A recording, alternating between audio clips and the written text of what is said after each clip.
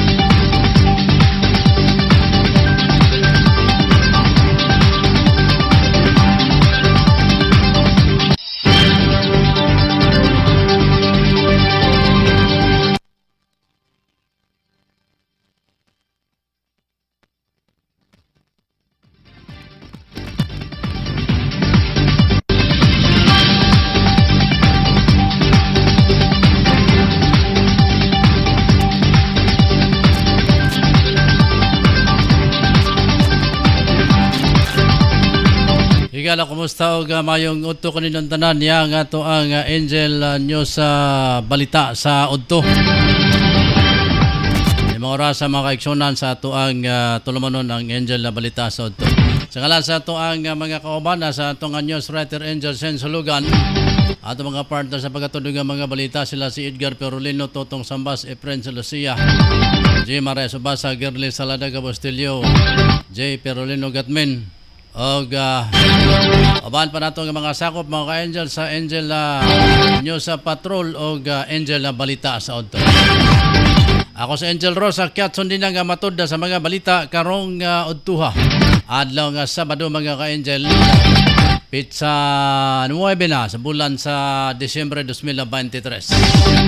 Sa di pa itong mga headlines sa itong timbayaw ng ato ang mga kaiksunan dyan sa lalawigan sa Misamis Oriental, lalawigan sa Bukidnon, Camiguin, sa Lanao Norte, Lanao del Sur, sa May Marawi o Saba sa Kamaynilaan, mga kababayan natin dyan. Sa May Kamaynilaan, kamusta o magandang tanghali sa inyong lahat.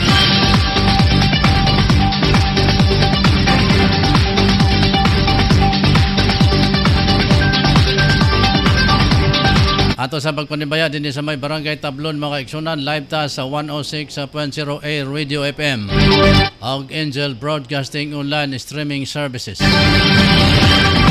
Una sa to ang uluhang balitang lokal. 96 ka pesenta transport vehicle para sa BLGU sa gitunol sa PGB. Samtang kapen 300,000 nga shabu na kumpiska sa bypass operation. Uluhang nga balita nga nasyonal pagatukod og plate base sa Subic giplano sa PCG. Sa atong uluhang nga balitang internasyonal, mga kaigsuonan, na Gaza Strip usa sa dili luwas nga lugar matod sa UN. Uluhang nga balitang OFW Pinay Scholar sa UK midaog sa prehistiyosong signing kung singing competition. Uluhang balitang sports sa Tiger Woods sa mentally rusty sa iyang pagbalik sa golf.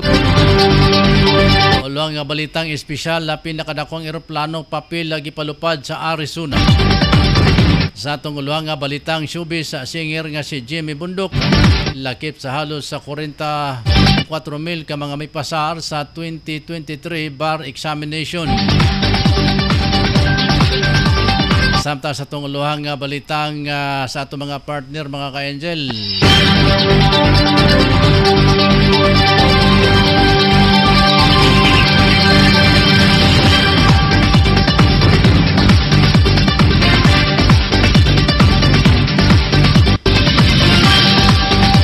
Sa ato mga partner sa pagkatudog ang mga balita, si Patrol Angel Ay Mata ng Bayan reporter sa Ani B. Alcala malapuson ng mga aktibidad sa nga gipahigayon ng syudad sa Cagayan de Oro para sa umalabot nga Kapaskuhan.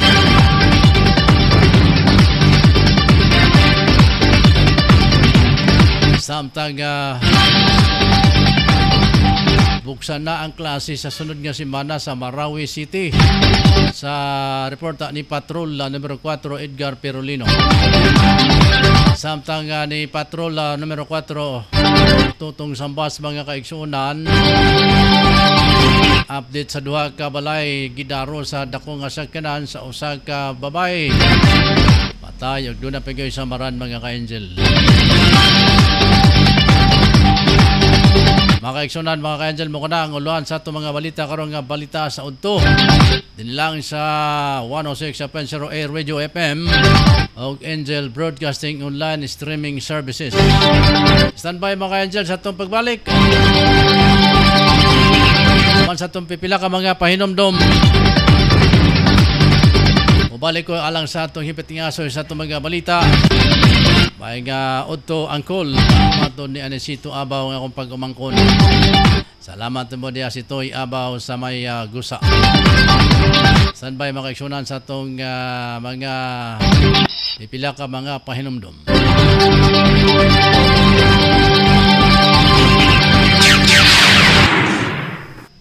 Naglisod ka ba sa imong pagkatulog o super drain sa tibok maghapon?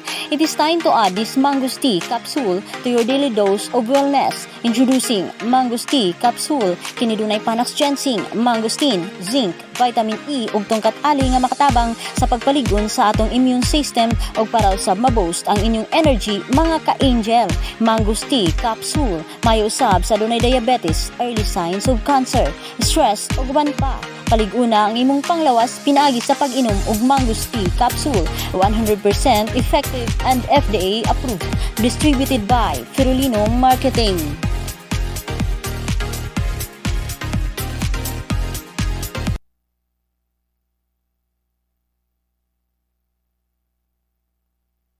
Nagpakita ka ba og cleaning solution?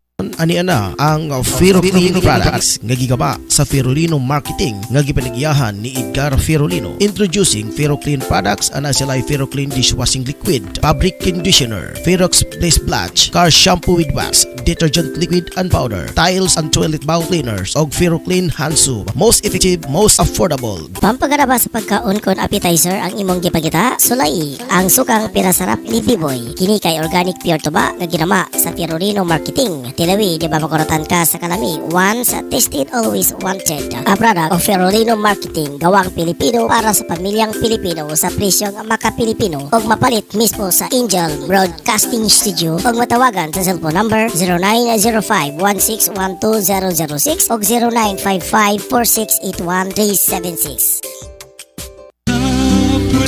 Evening with God's Presence uban ni Reverend Pastor Fernando Casas og ni Pastora Alili Casas sa Science Assembly of God Church sa Barangay Bugu, Cagayan de Oro City.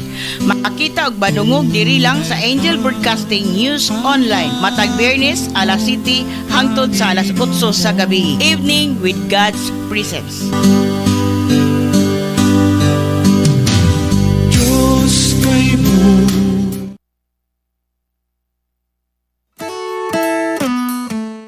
Maayong balita, alang niya itong gustong magtrabaho gawa sa nasod. Ang Legacy Human Resource International Incorporated nagkinahanglan karon og mga domestic helper ug mga rehistrado nga mga nurses alang sa nagkalain-laing dapit gawa sa nasod. Libre ug way bayad ang imuhang pag-apply. Libre ang training ug doon nakapay ka sa assistance. Ang Legacy Human Resource International Incorporated otorisado sa DMW o Department of Migrant Workers. Pusa, dili angay mabalaka. Ayaw na paglangan. Apply gilayon sa Legacy Human Resource International Incorporated, ang tulay sa pag-asenso sa ating buhay.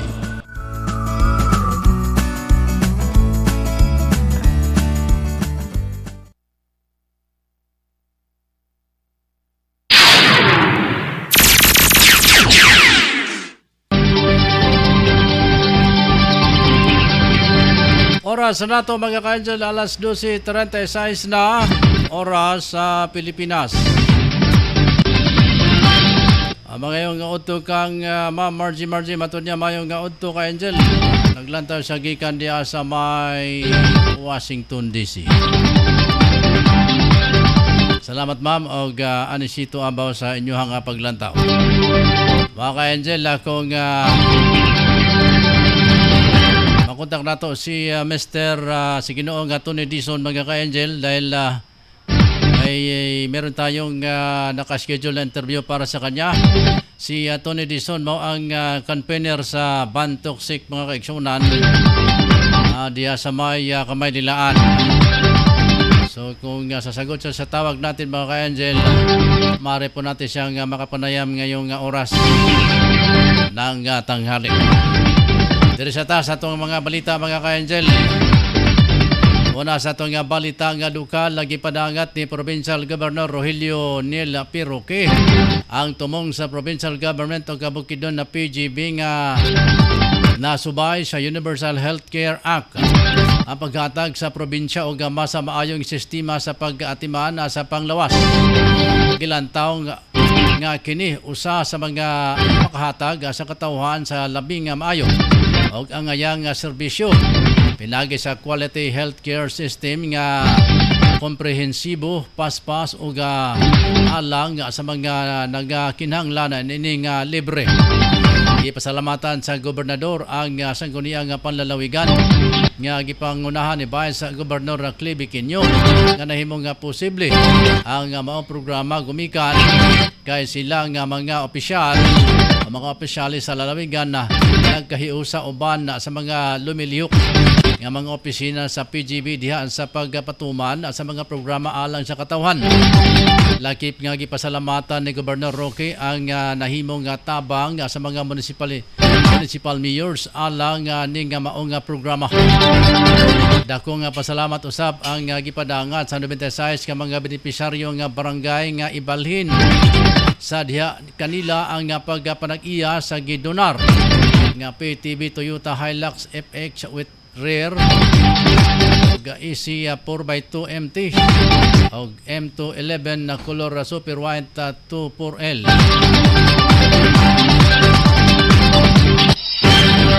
Sa first batch nga pagpalit o mga sakyanan sa probinsya, kinatibukan ang 105 ka units nga pasiguan sa 158,025 kung 158,025,000 sa maong ihap 96 ka unit gigahin alang sa mga barangay LGUs o 6 ka unit alang sa PGO Provincial Disaster Risk Reduction and Management Division o laing 3 nga unit ang gibutang sa carpool sa PGB. Sa dugang para ito mga balita nga lokal kinanglan sa Bukidnon kapin sa 300,000 ang mga suspected shabu ang nakupiska sa Kalilangan na Municipal Police Station human nga gipahigayon ang bypass operation sa Purok 3 Makatol na Makaupaw Kalilangan na Bukidnon. Nakumpiska sa operasyon ang 4 ka heat shield sachet sa suspected shabu kapin kung kulang dunay 51.5 gramos o gagibana-bana nga mobalor og 350,200. Lakip usab sana kumpiska ang Smith & Wesson na caliber 38 revolver nga Y serial number o gadunay tulo ka cartridge sa caliber 38.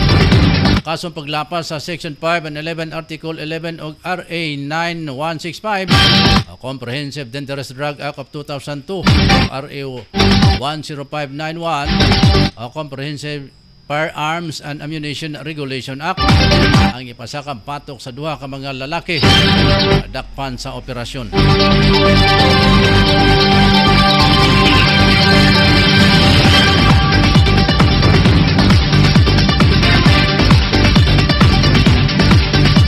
Arita sa mga report sa itong mga partner sa pagkatundog ng mga balita. Paminanta si Angel I. Mata ng Bayan reporter sa Anibi Alcala siya ang report mga kaigsunan.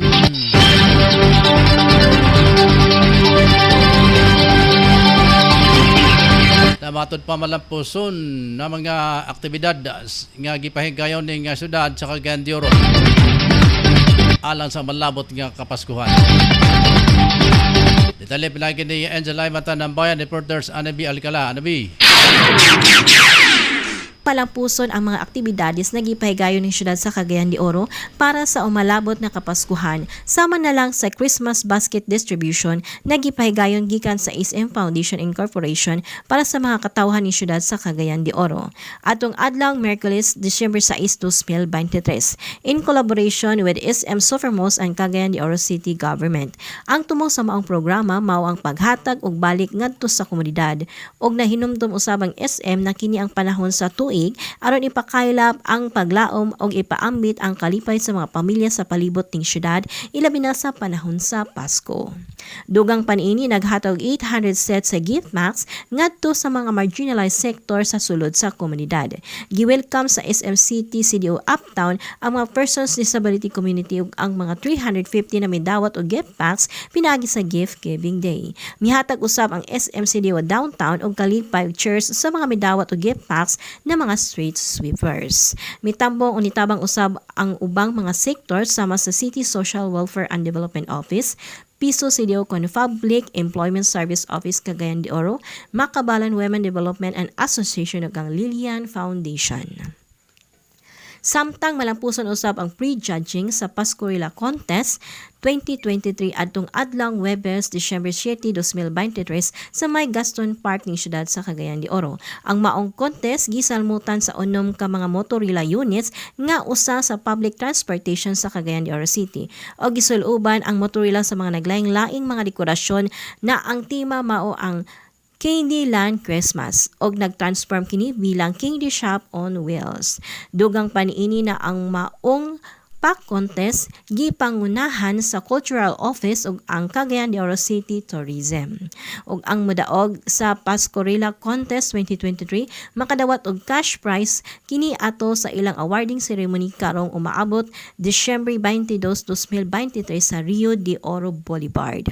Ug ang champion makadawat og 55,000 pesos, ang second place makadawat og 35,000 pesos ug ang third place makadawat og 25,000 pesos. Ug mao kini ang atong nakuhang mga balita mahitungod sa malampusong aktibidades para sa umalabot na Kapaskuhan. Report gikan sa atong lokasyon kini si Angel I. Mata ng Bayan reporter Anibi Alcara para sa Angel Broadcasting News Online.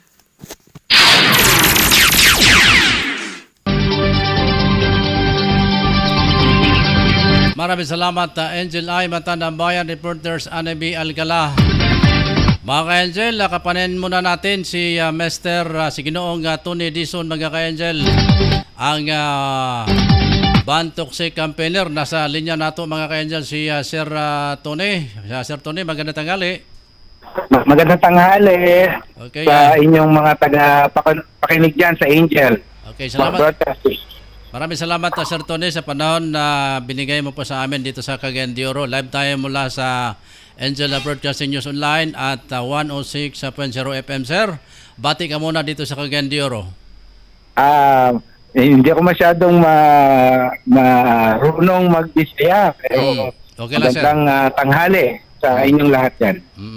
Okay, maraming salamat sir muli at nais po namin na iparating sa ating mga kababayan dito na kayo po ay si Mr. Tony Dizon, ang Bantok Second Painter sa Pilipinas at nagmula pa dyan sa Manila. Sir, ano pa po ang mga update sa inyong mga activities ngayon na itong campaign ninyo laban sa mga nakalalason na mga, lalo na sa mga laruan ng mga kabataan ngayon, lalo na sa parating na Kapaskuhan na Mr. Dizon? Unang-una, alam naman natin na ilang araw na lang ay sasapit na ang at talagang nakakakita na tayo ng halos napakarami na ng mga produkto Opo. sa mga pamilihan natin, sa mga pampublikong pamilihan at sa mga mall. Ganun pa man, as early as September ay naglabas na kagad tayo ng abiso sa ating mga kababayan na mas maging maingat tayo sa pagbili ng mga produktong laruan dahil nga may mga nasuri tayo ng mga produkto na nagtataglay ng mga nakalalasong chemical na delikado, lalong-lalo na sa mga bata. Sir, ano ba itong mga laruan? Nakita ko po sa inyong itong mga press release nyo. Pwede mo bang pangalanan itong mga laruan, sir? Yung mga dati nating mga produkto na nakitaan natin ng chemical ay ito ay sabihin na lang natin nagtataglay nitong tinatawag na lead. Ang lead ay nakita natin doon mismo sa mga pintura na ginamit. Dito alam naman natin yung mga laruan talagang punong-puno yan ng kulay at yan yung nakaka-attract lalong-lalo na sa mga bata. Ang sunod naman natin kasing ginawa ay nag-submit tayo ng samples dito sa mga plastic na mga laruan naman. Dahil isa rin yan doon sa napakarami ngayon na mabibili natin itong mga laruan gawa sa plastic. Ito yung mga medyo malalambot, mga squeaky kung tawagin. Opo. At kung inyong ipinapakita yung picture, yan po yung inflatable hopper. Ano yan nakakaaliw sa mga bata. Gustong-gusto yan. At siguro baka dyan sa Cagayan de Oro ay meron din yan. Yan pong kasing laruan na yan ang pinakamataas na nakitaan ng chemical na ang tawag ay chlorinated paraffin. Ang chemical po na ito ay globally ay ipinagbabawal na po na gamitin lalong-lalo na sa mga produktong pambata. Sir, ito ba ano po ang aksyon ng ating pamahalaan? Ang bansa po kasi natin ay signatory, ibig sabihin nakasuporta, kabahagi ng tinatawag na Stockholm Convention on PAPS, isa pong legally binding treaty. Opo. Na kabilang din po yung iba pang mga bansa kasama ang Pilipinas. Doon po sa convention na yon ay malinaw po na ipinagbabawal yung paggamit ng ganitong chemical sa mga laruan. Ngayon po, dito sa atin, bagamat kailangan pa natin ng regulasyon patungkol nga po dyan sa chemical na yan, yan din po yung naging dahilan kung bakit tayo ay naglabas ng abiso. At isinumitin natin yung report na yan doon sa ating mga regulatory agencies kasama ang Food and Drug Administration at ang Department of Environment and Natural Resources. Opo.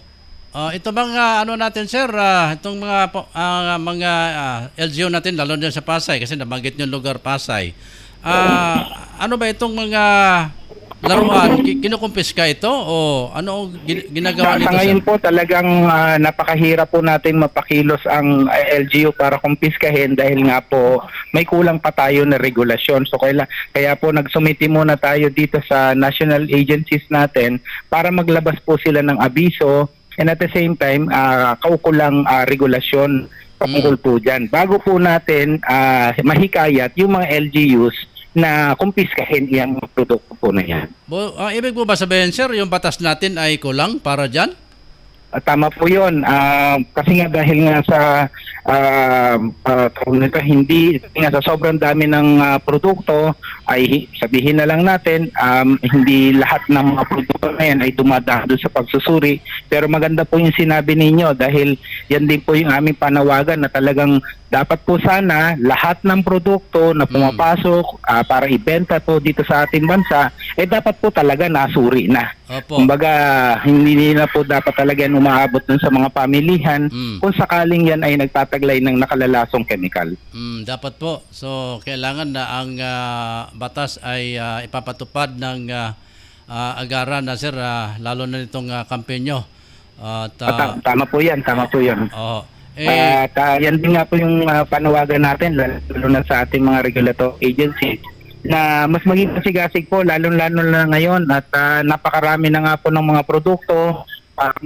Wala nang manghihirap po sa bahagi ng consumer na mapunta na, mabili nila yung mga produkto bago pa tayo gagawa ng aksyon. Kaya nga po kami ay nananawagan sa tulong ng inyong himpilan, lalong-lalo na po dyan sa Cagayan de Oro. Opo. Baka po pwede ng effort ang mga Food and Drug Administration region dyan po sa Cagayan de Oro para po mag-monitor. Yan po yung matagal na natin ipinapanawagan magkandak na po sila ng on-site inspection, tingnan na po talaga yung mga produkto na mabibili o binibenta para agaran doon pa lang po ay makakumpiska na. Ang isang batas po na pwede pang gamitin natin at ito po ay talagang meron na tayo ay ito pong Toy and Game Safety Labeling Law. Ang batas po na to, sa pakete pa lamang, hindi pa po natin binibili, sa pakete pa lang, malalaman mo na kagad kung dumaan sa pagsusuri yung produkto na yan o hindi. Opo. Kaya po, kumbaga, mahirap po kasi pag naiuwi na natin sa ating bahay yung mga laruan tapos nagamit na ng mga bata, napakadelikado na yan. So kung tayo ay mamimili, may mga requirements po na ang batas natin na nagsasabi para malaman kung safe ba yung mga produkto na to o hindi. Opo. Diyan ba po ngayon sa Manila, Sir Tony, may mga organisasyon ba ngayon diyan sa mga mother o mga parents na sumusuporta sa itong advokasya nyo? Marami pong mga environmental groups at iba pang mga civil society organizations na sumusuporta po dito sa ating panawagan. So na sila, parang na-inform na sila, Sir Tony? Tama po yan at patuloy po tayong kumbaga nagpapasalamat tayo sa mga kaibigan natin sa media na nabibigyan tayo ng pagkakataon para himpapawid pa yung mga impormasyon na to at makatulong para mas mapalagana pa yung impormasyon para makaiwas po yung ating mga kababayan. Okay, salamat Sir Tony. Ito namang nais ko pong itanong po sa inyo itong launch ninyo ng itong UNIDO Healthcare Waste Project. Ano po ba ang dapat malaman dito sa ating mga kababayan? Unang-una po, napakahalaga po ng proyekto na yan. Bahagi po yan ng aming advokasya para maisiguro po na yung pangangasiwa ng basura dito sa atin ay kumbaga maipatupad ng maayos.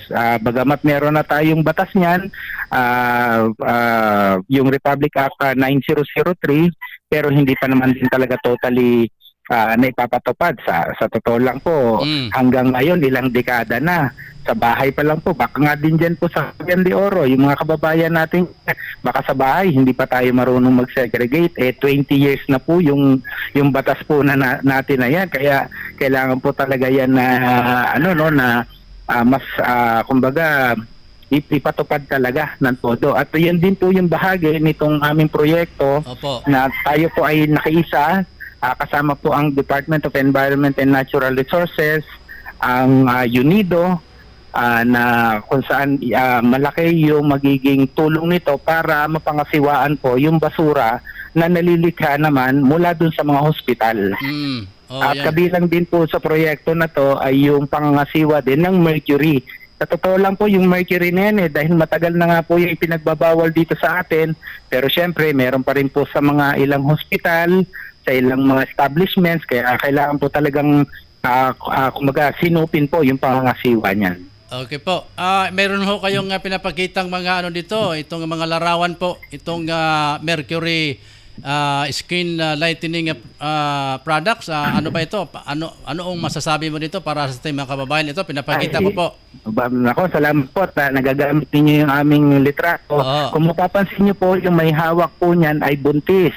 Ibig sabihin po, ipinapakita lang po namin na ang epekto po ng mercury ay hindi lang po doon sa nanay o sa mother, kundi maging po sa kanyang sinapupunan ay may epekto po na lason yung chemical na mercury. Ibig sabihin po, alam naman natin, no, pwede sing ibigay yung mga skin whitening na pangregalo ngayong darating na Kapaskuhan. Tapos may mga mothers tayo na talagang minsan mahilig din magpa-beauty. Oho. Sinasabi lang po natin, mas maging maingat sa pagpili ng mga skin whitening dahil po hindi po lahat ng mga skin whitening products, lalong-lalo na po yung mga ipinapakita po natin ng mga litrato na yan po ay mga ipinagbabawal na dito sa ating bansa dahil nagtataglay po yan ng napakatataas na mercury content. Ito ba ngayon mga produkto, Sir Tony, ito ba yung makikita pa dyan sa tindahan ng Kamaynilaan? Nako, nakakalungkot nga pong sabihin, meron pa rin po, may nagbebenta pa rin po niyan at maging sa online, ay sinama na natin pati yung mga online kasi tayo during the time ng pandemic talagang masyadong nagamit natin, na-utilize natin yung online shopping. Opo. Kaya po hanggang ngayon nakakakita pa rin po tayo at dinodokumento po natin hanggang ngayon